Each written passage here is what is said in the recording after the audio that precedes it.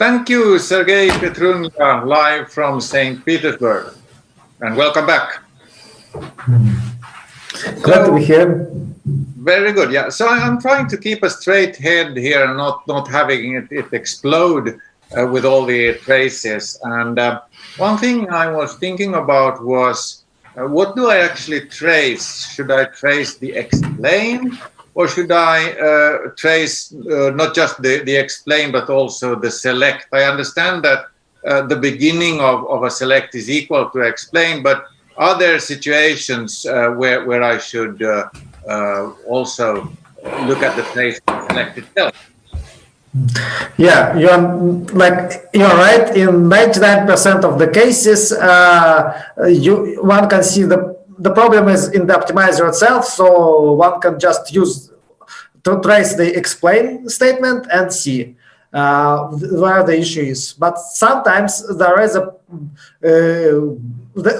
there are certain, like say, leftover cases where explain and select take slightly different execution path, or it is a prepared statement which may take yet another different execution path. In that case, there will be value in tracing the select as well. But this should be exceedingly rare.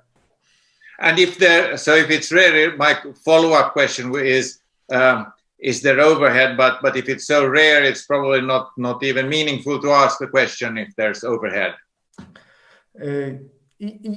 Well, I think there is overhead. It will be noticeable overhead because we're collecting the trace, we're dumping the conditions on many occasions, so there will be noticeable overhead. So we were thinking about whether it's feasible to have it just on always and providing the trace on demand, but decided against it because it has visible overhead.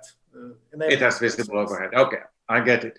So then I have these optimizer switch flags where I try to hint at what I would like the optimizer to decide. So how does this relate to the trace? Can I sort of see whether the optimizer took my kind hint or not?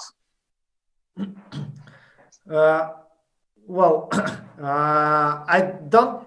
It's not directly visible. I mean, you can't look at the trace and see, okay, this is the point where we'll look at the optimizer, look at the value of the switch flag, and this flag was on, and this is why, because we were doing that. Unfortunately, this is not visible. Well, and the names also, the names in the trace are do not exactly match the names you will find in the documentation. But we have like an ongoing effort where we put examples of the trace into the documentation of optimizer features. So I guess very soon, in some cases already, you can just Google for things you see in the trace, and you will find knowledge base page describing the optimization. But yeah, but it still requires some kind of mental effort. It's not automatic. Not everything can be automated here in life. Okay, so some of my coder friends are really big fans of yet another markup language, YAML, and they would say, I love to have a YAML output because it's so much more readable for me. What would you say to these coder friends of mine? Well, YAML, I think I would share the opinion that YAML can be more readable. It typically is.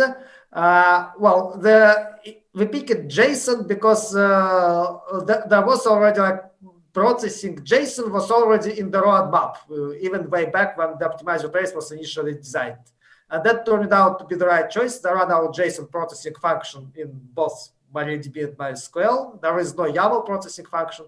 What I think we could do is that if we make a function which converts JSON to YAML, I think the conversion should be fairly straightforward. So that way you would get the JSON output, you can then process it, extract the needed part of it, and then get it as YAML. Okay, so you picked sort of out of laziness reasons JSON because it was already there, but now it makes sense to me.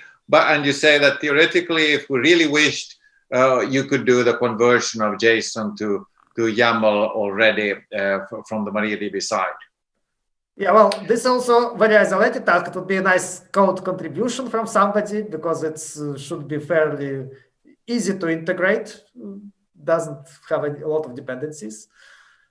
That's a great hint. So So that's really a great hint. Now, I said at the outset that this is a conference for users of MariaDB, meaning those who are developers only in the sense that they develop applications, but not in the sense that they develop MariaDB server itself. But you are very right that that's an isolated feature that is a good way to get into how to contribute code to MariaDB server. So if some of you developers out there who are considering perhaps coming with contributions, this would be a great one. It's isolated and it's probably a pull request that can be reviewed fairly easily. So thanks, Sergei, for that suggestion. I have a fourth question. You sort of already hinted at the answer, but I'm thinking, would it be possible to have the trace enabled always and then save the traces of the poorly performing queries? At least for the poorly performing queries, I think the overhead of the trace shouldn't be that big. You have a very short answering time here. Your maximum latency here is 50 seconds. So that's the amount of time you have to reply to this one. Yeah, you're right that when we're starting to optimize the query, we don't know beforehand whether it will be good or bad. So we can't, enabling directly would probably not be what most people would want.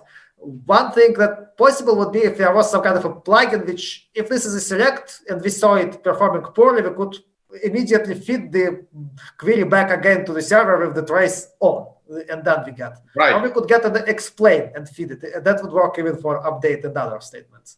And save that.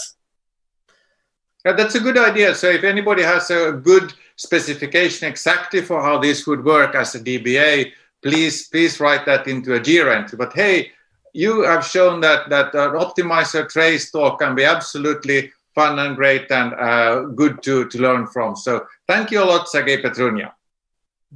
Thank you too.